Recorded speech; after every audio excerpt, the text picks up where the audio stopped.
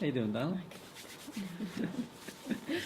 Now, the reason why I haven't told you the subject of today's talk is because I wanted to wait until Mary came, because we want to give you some of the information that our spirit friends want to give you today. Your spirit friends, actually. Your spirit friends, actually. So the subject that we want to discuss today with you is about spirit guides and guardians, and your relationship with your guides and guardians. Does that make sense? So that's what we'd like to talk with you about today.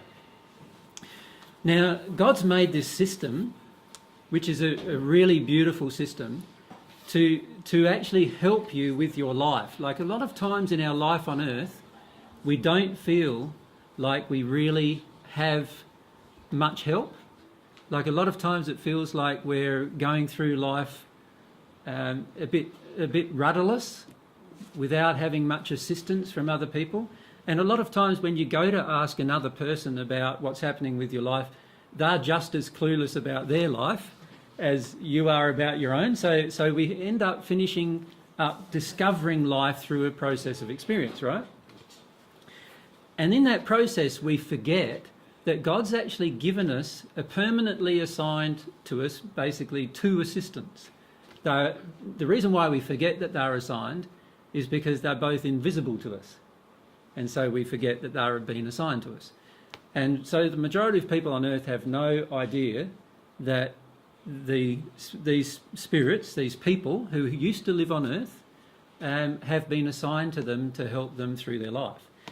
The first person that's assigned to you, which is assigned to you from the moment of your conception actually onwards, is your guardian. And your guardian is a spirit whose attempts to let you know when you're in dangerous situations and help you get out of those dangerous situations. So that's their primary role. So they attempt to guide you or guard you from harm. And the harm that they're guarding you from is not just harm of what might happen to you on the earth. There's also harm that could happen to you from spirits as well. And they, to the best of their power, attempt to guard you from that harm as well, without breaking the laws of God doing so. So that's the role of the guardian. And the guardian generally stays with you almost your entire life, or until you no longer need a guardian. Now, for most people, it's their entire life. And very few people no longer need a guardian until they pass into the spirit world, and then they no longer need a guardian. So the guardian role is often given to family spirits who have been before you, who have been on earth before you, and have passed over into the spirit world, and they've progressed to a certain level of love where they can love you and care for you, understanding the laws of God at the time. And these guardians often have a frustrating time of it, because we're trying to do things, and we're often doing things that are dangerous things in their eyes, and so they're trying to protect us in that environment. And sometimes they'll try to protect you by dropping thoughts into your mind by saying, you shouldn't be here. Well, why are you here? You need to go away from here, or something like that. And other times they try to influence other people around you in order to protect you if they can't protect you by talking to you directly. So that's the guardian. Is there any questions about your guardian that you'd like to... Because what we want to do is meet some of your guardians and meet some of your guides. Does that make sense? So later we'll have some channeling. We'll do some channeling, and you'll actually meet some of your guardians and meet some of your guides, and hear what they really think about you and your life, and so forth, right? They already want to say that they don't find it frustrating. No. Many of them feel deeply honoured to have that role in your life. Yeah. So they don't find it as frustrating as I'm making out, but because they see it as a precious assignment, Yes. given to them by God, actually assigned by God, and given to them so that they have a role in your life, and so they are intimately acquainted with your life. They know pretty much, sometimes they know far more about us than we ourselves remember. They remember more things about our lives than we remember, oftentimes, because oftentimes we want to forget things that they remember. Yeah. So we want to talk with some of your guardians and see how they feel about the role, but also they might bring up issues of that, where they see areas of protection that are open in your life, where you're not as safe as what you think you are, that if you could listen to them or hear them, that they'd be able to help you work through those issues. The second role, which is assigned to you, is assigned to you when you begin the process of spiritual investigation of some kind. So for many of us, that process begins in our sort of early, late childhood, early teenage life, where we start asking questions. And for many of us, we ask the questions very early in our life, like, when we're 3, 4, 5 years of age, we often start asking spiritual questions of our family. And unfortunately, for many of us, our family have no idea how to answer those questions. And so they give us answers that they were given by their own parents generally, or they just say, look, I don't know. And unfortunately, for many of us, we have a tendency then to just say, oh, nobody knows, and so we stop our investigation. But usually our investigation of spiritual matters starts at quite a young age.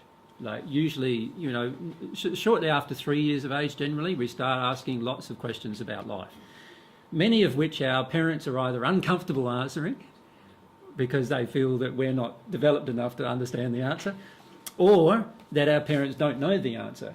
As a child, we often ask very direct questions, questions that are very, very difficult for most people on the planet to answer. And so we learn at a very young age that some questions you don't bother asking anymore, which is unfortunate because we couldn't get answers to most questions, or all questions, in fact. So our guide, at the time we start asking questions, our guides are assigned to us. Now, our guides are people who have an interest in the certain field of endeavour that you have, and therefore have more knowledge in that field than you have, but who are more versed in love than you are. So for example, if you started at a very young age, started to having a scientific bent, like an interest in science. I remember when I was 5 years of age, I bought a chemistry set, and I was making little bombs out in the backyard and things like that, as you do. And I had an interest in science at that age. And when you have an interest like that, you also then have a guide who has a common interest in the same kind of field as what you're now interested in. And that guide can guide you in that direction. But part of their role is to also guide you in the direction of understanding the universe and understanding how everything works, understanding how the whole universe operates in terms of its laws and such. Now, these guides don't know everything. They only know what they themselves have discovered. And sometimes they have a certain field of discovery and they haven't much interest in other fields of discovery. Does that make sense? So sometimes they have an interest in a certain form of discovery, like, for example, science, but they don't have an interest in philosophy, or they don't have an interest in history, or they don't have an interest in archaeology or other forms of discovery. And so what they do is when you're interested in that particular thing, they guide you. But when you're no longer interested, they then say, oh, well, he's no longer interested in that area, or she's no longer interested in that area, so I will leave and find another person and be assigned, usually by higher spirits, to another person who has an interest in that area. And then wherever we have now changed our focus, we get a guide who's interested in that area of expertise to guide us in terms of discovery of the truths in that particular area. Now, that also applies from a spiritual perspective. So for example, if I was interested in Christianity, then I'd have a guide who was then connected to Christianity in the spirit world, still a Christian in the spirit world, who then guides me in terms of what they've discovered in the spirit with that area of endeavour. If I'm interested in New Age philosophy, then I'll have a guide who's more interested in New Age philosophy. And now it doesn't mean that the Christian or the New Age philosopher in the spirit world knows everything about the truth about those matters. They just know more than you do, right, about that particular field of endeavour, and they can guide you to the discovery of what they know through a process of influence. They're always going to be more developed in love, aren't they? Yes. They're always going to have. So sometimes we might attract spirits who have a similar interest who aren't our guides. They're just someone who's passed, and they think, yeah, this person on earth's interested in what I was interested in, and so they go along for the ride. But your guide is someone specifically assigned to you who has more love than you already within them, so they're in a higher sphere in the spirit world, and they are there specifically to guide you towards more love. Yeah, and as Mary pointed out, that's very different to a general spirit who's around you, who has a general interest in the same area of expertise that you have and so forth, and who wants to then influence you down that track. And it's also very different to any malevolent spirits that you might have around you, because many of us do have malevolent spirits around us. And those spirits generally want to influence us off any track and down into the same level of debauchery they discovered through their life, generally. So we have all of these external influences around us at any one point in time, but the positive influence is always our guide and our guardian, the two separate roles of those two particular people. And sometimes it's one person who has both roles. Other times it's two separate people that have those separate roles. And in each case, they have both been assigned by higher spirits and the assignment really comes from God. It's a direct desire of God's to bring all of humanity into a higher spiritual condition. And so this assignment is made to every person, even if we don't believe in spirits, even if we don't believe in anything other than the physical, we still have these spirits assigned to us. Does that make sense, everyone?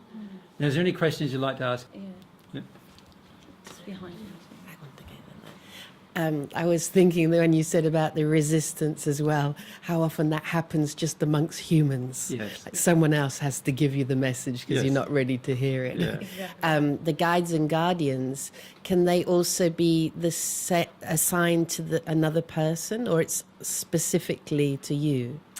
Usually it is specifically to you, but there are certain times when a guide or a guardian may be assigned to two people. One of those times is if those two people are soulmates.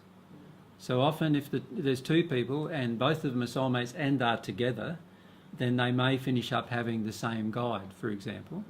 That can frequently occur. Some guides are powerful enough to actually manage more than one person at a time.